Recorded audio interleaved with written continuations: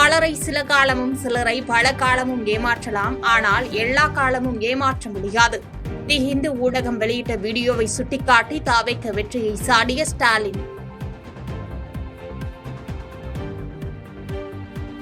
கூட்டணி குறித்து சிந்திக்க வேண்டிய நேரம் இது என திமுக துணை பொதுச் செயலாளர் கனிமொழி பேச்சு. நம்மை பலப்படுத்திக் கொண்டால் கூட்டணியை இல்லாமல் வெல்ல முடியும் என்றும் உறுதி. கூட்டணிகளை பற்றி நாம் சிந்திக்க வேண்டிய ஒரு காலகட்டத்திலே நின்று கொண்டிருக்கிறோம். அதனால நம்மை நாம் பலப்படுத்திக் கொள்ள வேண்டும்.